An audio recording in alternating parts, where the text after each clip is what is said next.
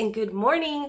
This morning I am craving bagels and it is so easy to make homemade bagels. So I thought, why don't I share with you how I make homemade bagels? So that's what this video is. It's me making homemade bagels. So let's make some homemade bagels together. Making homemade bagels is super easy. I don't know why I said bagels weird like that, but we do need the right stuff. And here we have my beautiful KitchenAid stand mixer. And we are going to use her to make us some delicious homemade bagels. So let's get our KitchenAid stand mixer ready. We have to get the paddle with, I'll show you what I mean, hold on. It's the dough hook, that's what I meant. Let's get our dough hook on our machine.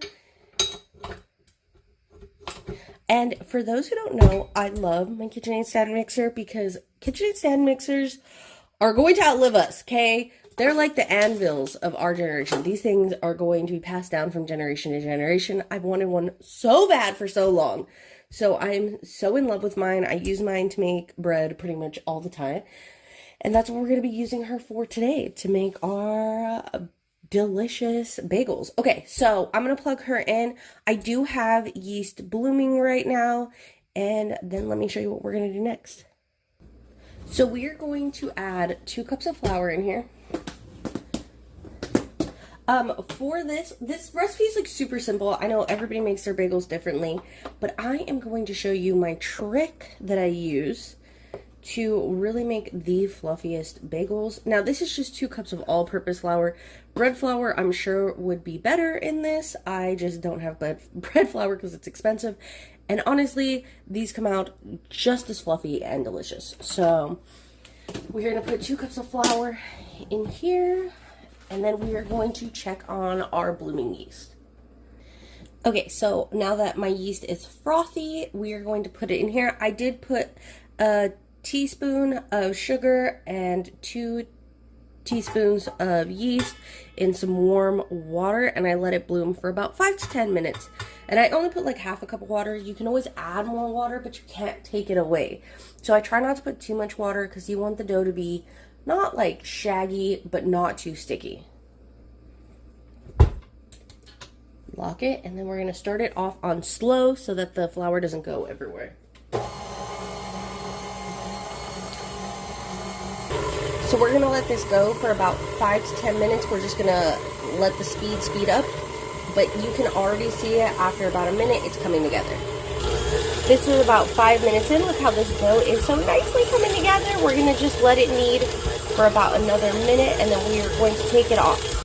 There's our beautiful dough, and it is ready to be put in our oiled bowl. So let's get it over to it. So I already pre-oiled this bowl. Now here is my trick, my hack, because right now it is winter where I'm at, and bread doesn't rise as well. Boiling water is my trick. So what I'm going to do is cover this, take this water, and I'm going to shove it in my oven, and that is how I'm going to let this rise. It's going to create a little bit of humidity in the oven, which is going to allow this to get extra fluffy. Now, I saw this trick on TikTok from this lady who makes challahs, and I thought that it was ingenious because she lived where it snowed. So I already have my water boiling, I already have this, so let's get this covered and into the oven. See, we just put on the rack right there next to each other. We're going to give this a close, and we will be back to check on it in maybe like 3 or 4 hours. Okay, so it's been a few hours, and the dough has clearly doubled in size. Like I said, this trick works every time. So now we are going to start to roll out these like bagels, so that way they can set for 30 minutes before we boil them, because they do need to rise again. So let's get to that. I literally have a mat that I use only for rolling dough out. This is my dough rolling mat. It literally used to have a little KitchenAid stand mixer type thing right there, but I use it so much that it's worn off from being washed and stuff. So let's get this dough out. It's stuck a little bit, nothing too crazy. I really need one of those dough scraper thingies, but I don't have one, so this is what we're going with.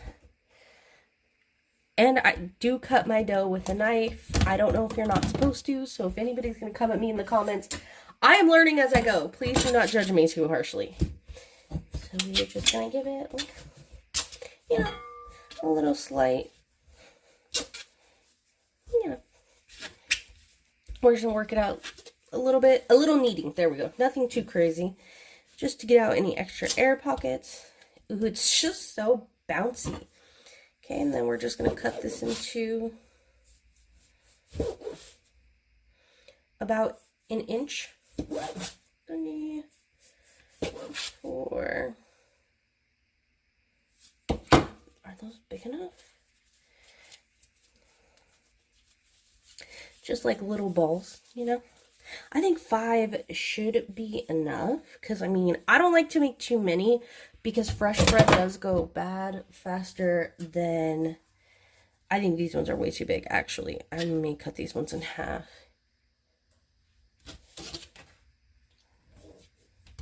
Just because they puff up a lot in the oven, and I don't want like huge bagels. I want like smaller-ish bagels. This one's good. This one needs to be cut in half. Yeah. Okay, cool. So maybe we're making like bagel minis for me. So we're just gonna round it out like that. And then I do have a parchment lined baking sheet with a little bit of flour on it. So after I form the bagels, that's where I'm gonna let them proof for another 30 minutes before I, like I said before, start boiling them. Now, here's my question to you guys. I don't know if you guys can answer it for me, but do you boil yours with brown sugar? Because I have seen these way too small. I have seen some people boil with brown sugar, and I have seen some who don't. So, like, let me know in the comments. I do not boil mine with brown sugar. I just boil it in water. But yeah. And also, I am going to grate some Asiago cheese to put on top of some of these, kind of like the Costco ones, because those are just simply my favorite. I love the Costco ones. So that's what I don't know. I tried it. I loved it. So we're going to stick with it. You know what I mean? It's a personal choice. You don't have to do it. It's just mine. So now that you've seen how I rolled out a couple of them, I'm just going to continue to roll these out, and I will be back once they've proofed again. So I just finished grating the cheese. This is Asiago and Gruyere. I just love these two cheeses together on top of bagels. I think it's so good. So let me show you my station so that way I can show you everything I'm going to do to the bagels. We got our egg wash right here, and here they are after 30 minutes of proofing. Like I said, they puff up pretty big. I have my water starting to boil, so I'm going to boil the bagels, then we're going to egg wash, and then we're going to put cheese on 4 of them and then leave 2 plain. Why? I don't know. That's just what I do. Really quickly, so I do put a little bit of flour on the parchment paper as they're proofing, because I've had in the past where I just let them proof directly on the parchment paper before boiling, and trying to take them off was so hard. They started to lose their shape. Just putting that little bit of flour makes it super easy to pick them up, which makes it that much easier to plop them in the water. So let's get them in to boil. Now, different people say different things, but the general gist is let them like soak for 30 seconds on each side. So that's pretty much what I do. And then I have like this little spoon with holes, serrated spoon, not like the metal kind that has like a bunch of the serrades, but you don't want to boil them for too long because then they'll cook all the way through. But yeah, so that's what I'm doing. I'm going to boil it for 30 seconds on each side. Give it a little bit of a spin. It's kind of like making pretzels. I love making homemade pretzels. So this is something that I'm kind of used to, is boiling them for a little bit. So plop. Be careful because this water is boiling hot. I know it doesn't seem like it because it's hard to see like the little like bubbles coming to the surface, but I've splashed myself with this water and it's hot. So please be careful. Use the spoon to put them in. Also, you can put more than one bagel in here at a time if you'd like. I don't, because I don't know why. I just forget which one I put in first, and I end up boiling one for far too long than it should be. So I just do one at a time. I'm only making 6. It's really not that crazy to just do one at a time, but if you're making a lot bigger pot, you could do more. Here they are all boiled and ready for egg wash. I don't know if I mentioned this. Sorry about that sound. Hold on. Sorry about that. I don't know if I mentioned this, but I do have the oven preheating to 350 degrees.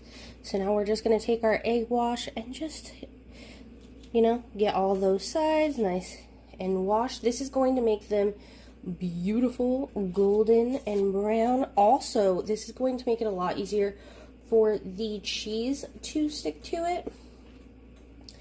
And so they cook up really nicely. Let me just spin this around so we can egg wash these guys. Just right there. Oh, this is gonna be, these are gonna come out so good. They will puff up a little bit more in the oven as well. Keep that in mind. So try not to put them too close together. They aren't done proofing. Like they're not proofing anymore, but they're not done. Like they're not what they're going to be. I don't know how to say that, but you know what I mean. And if you don't know what I mean, you'll see it at the end. Okay. So now that I have them all egg washed, let's add cheese.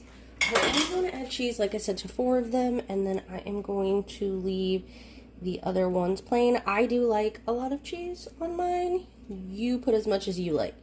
But it will, like, melt down and crisp up. And I just love the way that Asiago and Gruyere crisp together. I know Gruyere isn't as popular of a cheese, but I love it. That on right there. Perfect. This one could use a little more. Yeah. It doesn't really have it on the sides right there. Okay. So we have our cheese. Do a little cheese pat. Cheese pat. Cheese pat. And now we are going to shove this into a 350-degree oven for about 15 to 20 minutes. And then you have to let them rest when they come out. I know that sounds wild, but you have to let them rest so the bread finishes on the inside. If you take them out and eat them right away when they come out, they're not always finished on the inside. So, and here they are all done. I did let them sit for a little bit so they would finish inside. And see what I mean about the cheese? It melts right down. It looks gorgeous. Now, the only thing that I will say is my little holes completely go away for the most part. I definitely have to make them bigger, but yeah, these are my bagels. I hope that you enjoyed this video. I hope that this encourages you to make homemade bagels, and they are super fluffy, and I hope that you enjoyed it. If you did, make sure that you like this video, and please subscribe. I make knitting, cooking, and everything else kind of content. All right, guys, see you next time.